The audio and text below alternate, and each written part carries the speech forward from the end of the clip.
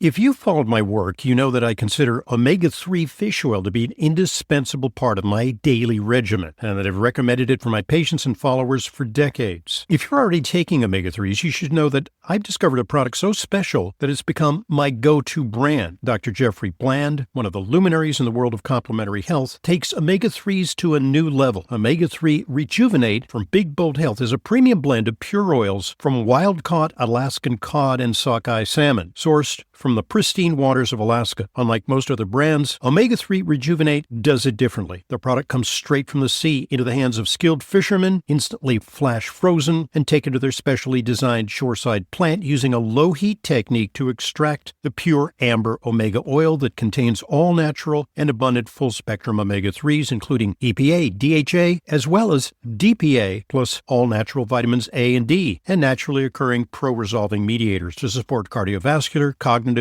and immune health. Their unique process preserves the natural goodness of the fish, so you get maximum benefits in every soft gel. No fillers, no shortcuts, just pure, potent wellness. Visit bigboldhealth.com/Hoffman and experience the difference. That's bigboldhealth.com/Hoffman for Omega-3 Rejuvenate. Use coupon code Hoffman for 20% off site-wide.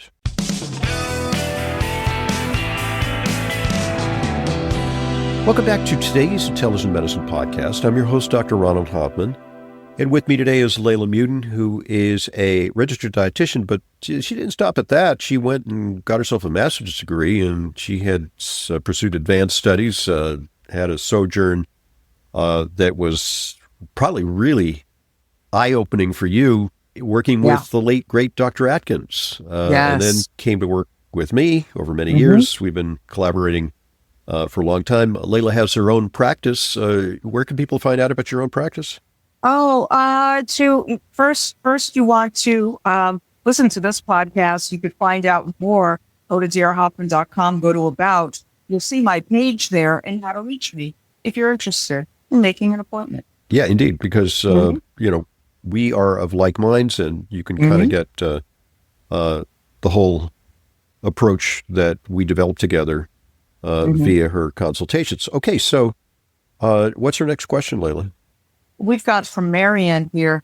Marianne says, I'm interested in your expertise on peptides. I'm thinking about taking some peptides that were recommended, such as thymosin alpha-1, BPC, and others. I'd love to know your views on them. Okay. Yeah. Well, it happens to be in the news as of this week. New York Times headline, Heeding Kennedy's Wishes, FDA is expected to lift restriction on peptides. And so what are peptides? Peptides are actually a broad category of small combinations of amino acids. So an example is GLP-1. GLP-1s are peptides. So a lot of things like glutathione is a peptide. So but what they have now, they've created sort of a gray zone of things which are, they're not so much supplements, although they can be, they're on the open marketplace to take orally. And they're not medications because they haven't been processed through the rigorous FDA pathway for approval of medications. And some of them are available injectably because they actually work better injectably than they do taken orally. And I have to say that I have not widely prescribed peptides. I know that some of my colleagues are very up to date on peptides, and some of them are peptides that simulate the production of growth hormone for repair, rejuvenation. They also have peptides for healing, like BPC 157, which there's an oral form, but the injectable form is better for helping with injuries, to heal injuries. And then there's things that work on the immune system, like thymosin alpha, which actually has a tradition of use in Germany and Europe, and which supports the immune system. And anecdotally, I will tell you that I've heard that some people, when they come down with COVID, when they were given thymosin alpha, it really hastened their recovery Wow. when they had, serious COVID. So, I mean, I think there's a great potential there. I think part of the problem with peptides is that the research on peptides is not that robust, and it's a little bit of a leap of faith that these things are going to work. Huh. Quite Okay. bluntly, Okay. maybe the point being of having them available to people and not restricted is that the pharmaceutical industry would be very happy to take these things up and go through the very expensive approval process and then make them very pricey drugs. And you can get peptides from natural sources, Mm-hmm. and there are both pharmaceutical injectable peptides, Mm-hmm. and then there are also some that are almost like supplements. They come in bottles and pill form. Yeah. And the ones that come in bottles and pill form are said to be very beneficial. Anecdotally, I've talked to some people who've used these, and it's really helped with healing from injuries and medical problems. Mm-hmm. But it is a little bit of an unregulated domain. And Okay. the problem too with the injectables is, a lot of this stuff comes from China, and is it pure? Is it prepared correctly? It's not that carefully monitored and regulated. Okay. And so yeah, I mean, I think that there's potential. Oh, so what I was going to say is that I happen to know that RFK Jr. is an avid consumer of peptides. Okay. And I think he's a good Not just advertisement. methylene blue. Not just methylene blue. Right, he's really into this kind of stuff, and he's on a regimen of peptides. And man, he's 70 years old, and he can bang out like pull-ups, and he looks pretty buff there. He does. So, I mean, I want whatever he's on, Well, wasn't he also taking testosterone? I mean, that wasn't who that. knows? Who Okay. knows? I mean, All right. it's a secret sauce of his success. Yeah. And so he has a personal interest in this area, and Mm-hmm. there's also, it happens to be a platform of my organization, the Alliance for Natural Health, is that we should have freer access to these products. I mean, we should be careful that they're safe, and that Yes. they're not adulterated, and that there are not any adverse effects. But especially the oral forms that are milder should be not throttled down. And, I think some of it is also competition from the pharmaceutical industry. They're saying, why should these things be available? We will, go through the approval process, and then we'll sell them as medications. Mm-hmm. There's some, there's that dimension too of competition between the over-the-counter supplement pathway and the pharmaceutical drug pathway. Mm-hmm. Okay. So We've done a podcast on those with Jim Laval, who I believe is president or chair of the Peptide Society, which offers seminars to physicians on how to select and administer peptides safely. Okay. Interesting stuff. And there Marianne, are dozens and dozens of peptides. Yeah. There's something called melanocortin, which is kind of interesting, is that it actually stimulates libido, but it also, because it's melano, it also gives you a tan. Oh. Wow. Be sexy and get a tan, which makes you more sexy. Right. Why not? Oh my gosh, that's interesting. So Marianne could probably go find that podcast that you did. Yeah, with Jim Laval. And if you search in our, use the search feature on our podcast page, and you peptides or Jim Laval, and you'll find that he does other podcasts with us on aged garlic extract, but he also has an interest in peptides. Terrific. Thank you for your very thoughtful question, Marianne. Yeah. All right. We appreciate it. Okay. We've got a question here from Daryl. Daryl's referring to an article I wrote recently about plant versus animal protein, but it was also a question on podcasts that I talked about as well. When Leyla answered the question, can you get enough protein with plant-based diets? I was hoping for a yes or no, even though sometimes a yes or no is not possible. My guess is she's leaning towards a no, and thank you for the weekly commentary. Yeah, you can get your complete proteins from a lot of various different plants, but that's a lot of fiber and a lot of carbohydrates and a whole lot of calories, and that could all be very bloating too. Or you may not have the appetite for this much food. So how much beans and rice can you eat? And, you'd have to eat, a half a pound of almonds to get the same from a 3 ounce of chicken or 3 ounces of chicken or something like that, or a hamburger, for example. So, and the animal proteins they're complete protein. Right. You don't have to be concerned about combining or anything like that, with eggs being an excellent source of animal protein. And by the way, we've got another question from Jan, who says, you forgot to mention some of the downsides to animal protein. Okay. How about a healthy combination? Okay. So just speaking to that question of the plant versus animal protein, there's a theory in nutrition called the protein leverage hypothesis, which is that in selecting foods, humans try to obtain their protein requirements from whatever source they can. Yeah. And if the protein is scant in a food, if your only foods are, if you're on a vegan diet and your only foods are, brown rice and seaweed, you're going to have to eat a lot to get your adequate protein, and you will get accompanying carbohydrates.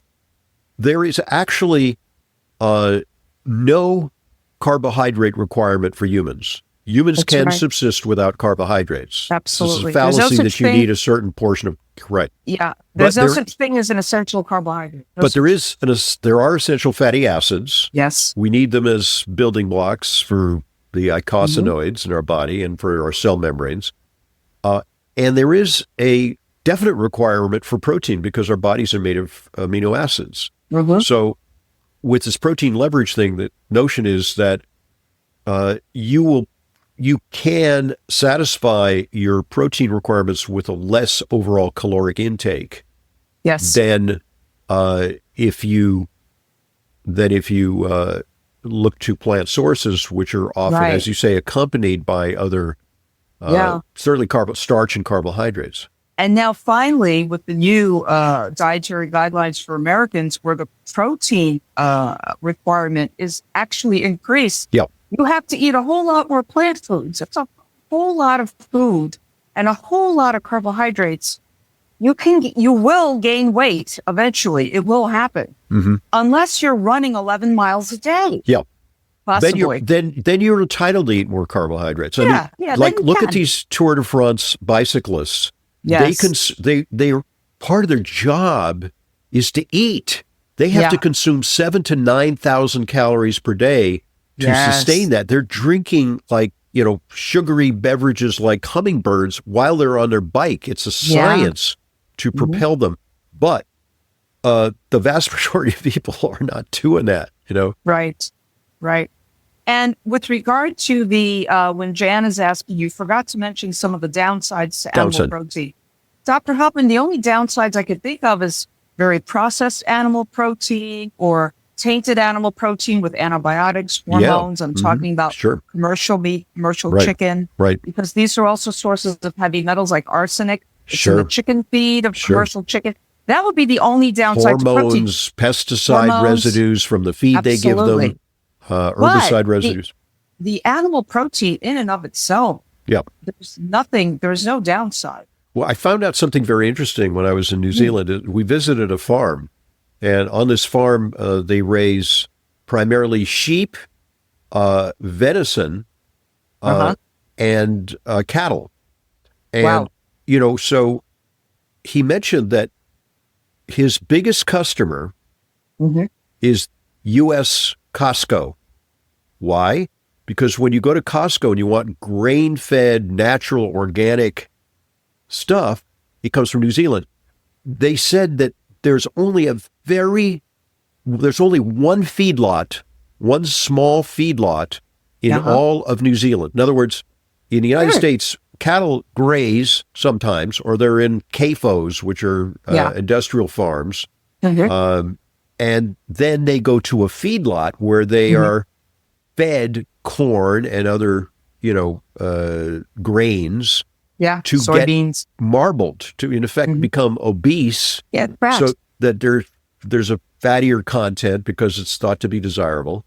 But there's only one feedlot. The vast majority of beef, lamb, and venison from New Zealand is grass-fed, organic, natural. Wow. That's their cachet. That is their selling point. And it's amazing. I'm going to go join food. Costco. It's wow. amazing food. But Costco, Yeah, that's something. Costco's amazing. You could go to Costco. You could buy like a diamond bracelet at Costco. You can buy any. Isn't that something? Yeah. And a pair of eyeglasses. And everything. Hearing aids, whatever. So to Daryl and to Jan, I hope that answers the question. And certainly Jan also says, how about a healthy combination? Sure, you could do a healthy combination. Most people are omnivores anyway. Get some good quality animal protein. Have all of your vegetables and other foods that you're having. You're getting some protein there as well. I think the downside of let's look at the downside of protein, because, for example, Captain Cook, on the voyage to discover New Zealand, what did they have? They had hardtack, which is like dried bread, and they had salted meat. So they just ate that, and they all got scurvy. The only respite is when they visited these tropical islands, as they crossed the Pacific. They went to New Zealand and they foraged, they went ashore and they got some vegetation and they traded with the natives, and they went to Tahiti and they went to, Hawaii, which was called the Sandwich Islands in those days. And they welcomed like some fresh food, but, if you just subsist on animal protein, there's some limitations. You're not getting any beneficial polyphenols, no fiber. Vitamin C. Yeah. So that's part of that conundrum right there. So Daryl and to Jan, thank you very much for your questions. Dr. Hoffman, I think it's a good time to take a break to hear from one of our sponsors. Thank you for reminding me.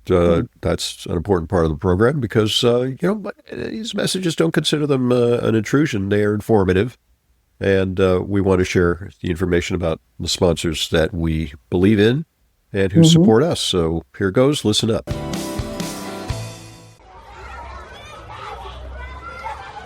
Kids don't just bring home homework, they bring home germs. And those germs don't just stay with them, they spread to the whole household. That's why Clear Nasal Spray was created by a practicing physician to give parents and grandparents peace of mind. You may not think about it, but your nose is filtering out a semi-truck full of air every single day. Clear isn't just another spray. It creates an additional layer of protection in your nose that blocks bacteria and viruses before they can even take hold. Yes, even that virus. Supporting your body's defenses right where germs first try to enter. Clear is a hygiene product recommended for daily use, drug-free, non-drowsy, and safe for all ages. Just a quick spray in the morning and evening helps you cleanse your nose. Don't just hope for protection, create it. Get Clear Nasal Spray, your daily defense. Clear Nasal Spray is available at retailers nationwide and online. Check out Xlear.com for our special offers. That's Xlear.com. Thanks for listening. Thanks for supporting our sponsors, because they, of course, are what make Intelligent Medicine continuing free resource to you. And now, Leyla, back to our questions. What's next? Okay. We've got a question from Daniel regarding extra virgin olive oil. He's asking, have you come across any credible negative reports on its usage? Negative reports. I mean, only if it's rancid. Yeah. Another thing. This is very interesting. When you're whipping up olive oil in a food processor, the blades may cause the olive oil to become bitter. And I'm wondering if there's some oxidation being formed there that's causing that. Yeah. So you don't want something that's been oxidized necessarily. You want it to be fresh. You want it to be pure. You want it in a dark bottle. In other words, if you're trying to make like a creamy salad dressing or something, and you're doing it that way, pesto, and you're throwing the olive oil in there with all the blades. Interesting. That's interesting. Yeah, yeah. So that's something. It would oxidize the rather fragile essential fatty acids in there. You know. Because it's a monounsaturated, that one double bond, it may wreak a little havoc with that. But there are actually some polyunsaturates in there too. It's a mix of things. Yeah. Yes. I actually think it's kind of hard to OD on olive oil. There's not a downside to consuming a lot. Yeah. Well, yeah. Okay. Yeah. That's true. But yeah, and I don't like a sloppy salad either. Or anything like that. That's like soggy, right? That's soggy, exactly. Right. Not a thing. I love good quality extra virgin olive oil. I use it primarily in a salad. I rarely use it to cook with. Yeah. Rare. So I will generally cook in butter, ghee, beef tallow. On the odd occasion, coconut oil. I'm not much of a fan of the flavor of coconut oil unless I'm making scallops with garlic. Or something. Yeah, I mean, maybe for a curry or something like that. You know, you want nice. that kind of, Southeast Asian kind of flavor. Right. Yeah. Yeah. Either that or beef. But the extra virgin olive oil, I love to use or already cooked vegetables that have already been braised or sauteed or something, or just a very quick saute. Well, sometimes, but not really otherwise. As an alternative to butter on bread, it's a good thing. Oh yeah, when they serve you in a restaurant, but if they bring you the bread basket, if I let the waiter bring a bread basket, right? Yeah, to dip it in olive oil. I noticed this is weird. I have just an anecdote from New Zealand. We sat down to a meal, and I think there's kind of an inexperienced waitstaff, and unbeknownst to me, my friend wanted some bread, and it was a separate menu item, so we ordered some bread. So they bring the bread, and there's some butter. And we're sitting there, and we just had a little bit of the bread. We didn't eat all the bread. And, I called the waiter over. I said, "Where's our food?" And he said, "Well, you haven't finished your bread." They're waiting for that first course to be done. And I said to him, well, since when is bread considered an hors d'oeuvre? Right. It's usually utensil. and he was like falling all over, so he was very apologetic. Gave us free drinks, and like he was mortified but I guess he thought, I don't know, these Americans are weird. They eat bread before, before the meal. It was like, oh my gosh. No, it's a utensil. Sop thing. Or something. Yeah. Oh my goodness. That's interesting. All right. And now for our last question, this actually comes from Nancy. Hi, Dr. Hoffman and Leyla. I've listened for decades to Dr. Hoffman. I've heard you both say that wild-caught seafood is better for health than anything farm-raised. But I read an article in AARP where they're saying there's no difference between the two, and that the sourcing is what counts, and there's no difference in quality and nutritional value. While the presence of methyl mercury, they say, a toxin that's dangerous to developing brains, is worrisome, it doesn't present a danger to consumers. Okay. Okay. So, let's break all this if down. you get your nutritional advice from AARP, woe unto you. Yes, agree. I don't know what kind of journalists they hire to write these little features, but there is a real difference. And the difference depends on the fish. Things like tilapia are grown in these big tanks. And they're often, because it's such an unnatural circumstance, they're given a lot of antibiotics. Some of it comes from China, where the growing conditions are, who knows. And there may be all kinds of contaminants. When it comes to salmon, I have to say, I prefer I'm sort of used to the taste of farmed salmon. And you know why? It's fattier. Much fattier. And that's it's fattier. nicer to the taste buds rather than a sockeye salmon from Alaska. Yeah, which is they're quite sort of, lean. they're gamier and they're leaner, and the meat is the flesh is a little dry. Exactly. But what, it kind of all goes back to not just you are what you eat, but you are what you eat eats. Yes. And if they feed the salmon, like compressed corn pellets, which what they never would eat in nature. right, what you're going to get is you're going to get an oil composition in the salmon, which is more towards omega-6 oils Yes. rather than omega-3 oils, less Right. desirable combination. Right. And also, they're kind of kept in these pens, and sometimes they're grown in areas where there is contamination with PCBs and things like that, Yes. closer in especially to the farms. shore. And so, if you can cultivate a taste for wild-caught salmon, it is preferable. But I got to say that the sustainability of wild-caught salmon is in question, because there's just not enough wild-caught salmon to go around for consumer demand. So farmed salmon is a thing. Yeah. And I try to go for what's called organic, but I think that the standards for it are not that rigorous. And I may Not that rigorous. Yeah. I may be fooling myself that it's a step above, the $9.99 a pound that you get, at whatever. Yeah. I mean, even the Scottish, Norwegian farm raised salmon or any fish, they're full of contaminants too. Yeah.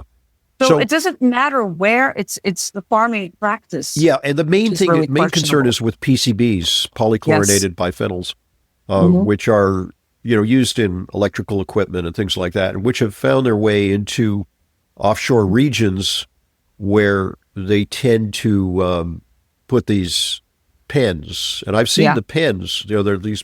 You could see them, when you're on the highway and you drive, in places like Iceland.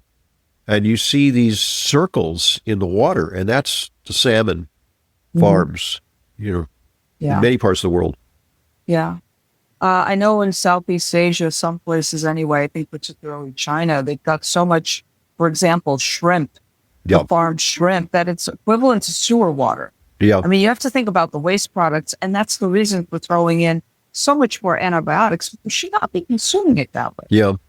Or consuming that in general. Yeah. It is. It's a concern. And try to get the wild caught, opt for the wild Alaskan where you can. Even I think Faroe Islands up there closer to Denmark is going to be a little cleaner than an Atlantic salmon, or something like that. Do your best. I'll be doing a report on that, because I'm going on a fact-finding mission to Scandinavia next month. Oh, lovely! And I'll give you the down low on sourcing natural fish. And that's going to be a thing up there. Yeah. I think the other argument they make, and we kind of made this argument too, is that fish contains enough selenium to help with the detox of those heavy metals, which is true. But is it really? Yeah. I prefer not to eat poison and then take the antidote. Exactly. Exactly. That's like, do it and then, ask for forgiveness instead of permission. Right. Which, so Nancy, there you go. AARP is not a good source of, and I get AARP magazine, Dr. Hoffman, and I just wince every time I read this very dated. I think I got my first solicitation for AARP when I turned, 48 or something. I was 35. How did they find me? I was insulted when I got my first AARP magazine in the mail at 35 You're old. Buy our life insurance, please. Right. Yeah, exactly. Oh, my goodness. So, try to get the freshest fish that you can, Nancy. And a reminder to everybody, questions at drhoffman.net. That is questions at drhoffman.net. And please, you can shop hundreds of curated vetted supplements in Dr. Hoffman's full script dispensary. Go to drhoffmanstore.com, where we stock only the highest quality supplements, some of which are very hard to find elsewhere, the very same supplements he recommends and takes himself, as do I. Through Fullscript, you can access custom protocols. You could start with the starter kit. There are additional protocols tailored to your particular health concerns. It could be for detox, for heart, sleep, stress support, allergy, immune, and buying through Fullscript offers fast free shipping and optional refill reminders via text or email, and multiple payment options like Apple, Google Pay. It's safe, it's secure, includes world-class customer service. That's drhoffmanstore.com. And that reminds you, right after this podcast, I got to put in my order because I came back and I'm just running out of stuff. So I got to make my vitamins. There you But go. I got to tell you, I was very faithful. I made these little baggies of my vitamins, and I take 15, 20 at a time. Yeah. And I actually, powered my way through New Zealand on, the supplements I take. So you can travel with them. Just, make them beforehand and put them in little baggies and take them along with you. And they did not stop me at the border.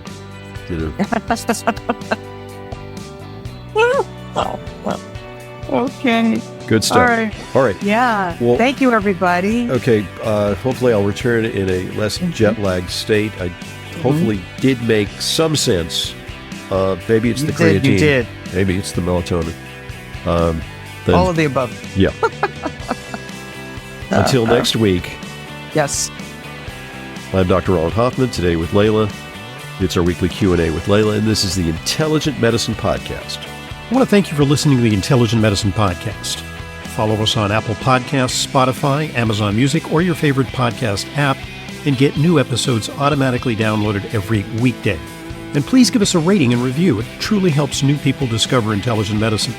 The Intelligent Medicine Podcast is for general informational purposes only and does not constitute the practice of medicine, nursing, or other professional healthcare services, including the giving of medical advice, and no doctor-patient relationship is formed. The use of information on this podcast or materials linked from this podcast is at the user's own risk. The content of this podcast is not intended to be a substitute for professional medical advice, diagnosis, or treatment. Users should not disregard or delay in obtaining medical advice for any medical condition they may have, and should seek the assistance of their healthcare professionals for any such conditions. Finally, please visit drhoffman.com and discover everything Intelligent Medicine has to offer, including frequently updated, unbiased health news and fully vetted product and supplement recommendations. This is Leyla Muden, registered dietitian nutritionist. I maintain a private practice and see patients regularly. If you require a nutrition consult with me but live out of town, there's no need to travel to New York City. I have telephone and telehealth consultations with clients from all over the country. Please visit drhoffman.com for more information. And to set up an appointment, call 212-779-1744. That's 212-779-1744. I look forward to being a collaborator in your healthcare.